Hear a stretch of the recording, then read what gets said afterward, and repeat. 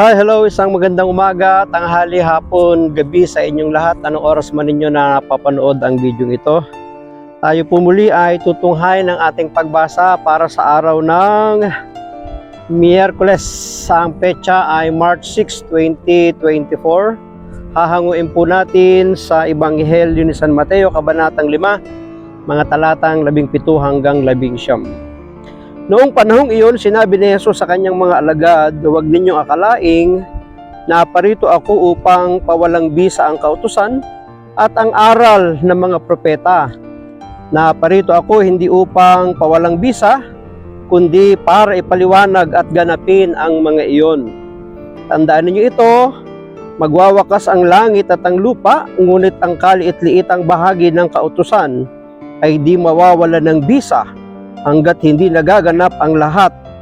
Kaya't sino mang magpawalang halaga kahit sa kaliit-liit ang bahagi nito at magturo ng gayon sa mga tao ay ibibilang na pinakamababa sa kaharian ng Diyos. Ngunit ang gumaganap ng kautusan at nagtuturo na tuparin iyon ay ibibilang na dakila sa kaharian ng Diyos." Pagpalain po ng Diyos ang pagkabasa ng kanyang mabuting balita. Ang reflection or pagsasadiwa ay hahanguin po natin sa aklat ng Simbahay 2024. "Huwag ninyong akalaing naparito ako upang pawalang bisa ang kautusan at ang aral ng mga propeta." Ito ay mga katagang namutawi sa bibig ng ating Panginoong Hesukristo, sapagkat nang siya'y dumating ay umiiral na ang mga alituntunin at mga batas na ibinigay ng Diyos sa pamamagitan ni Moises sa kanyang bayan.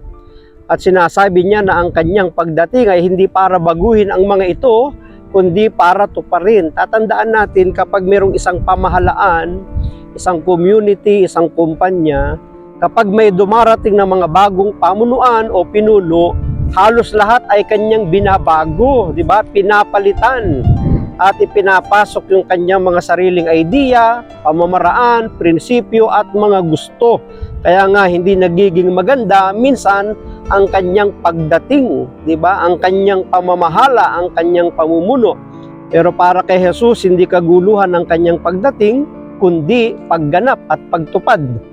At sabi rito, si Jesus ang katuparan ng kautusan at ng mga propeta ng lumang tipan. Tandaan po natin doon sa Transfiguration, habang siya'y nasa bundok kasama ang mga alagad, dumating si Moises at saka si Elias. Alam naman natin na si Moises ay kumakatawan sa mga kautusan ng Diyos sa bayang Israel, at si Elias naman ay kumakatawan sa mga propeta bilang katuparan ng lahat ng kanilang inihula tungkol kay Jesus. Hindi mainam na pag-awayin ang luma at ang bagong tipan. Kapwa ito nasa panukala ng Diyos sa ikaliligtas ng sangkatauhan at ng sanlibutan. Kaya nga tayo na mga Kristiyano sa panahong ito, hindi natin dapat binabaliwala ang kautusan sa lumang tipan o ang aklat ng lumang tipan. Sapagkat kung walang aklat ng lumang tipan ay walang bagong tipan. Kaya hindi nga dapat pinag-aaway, pinagkokontra ang mga ito.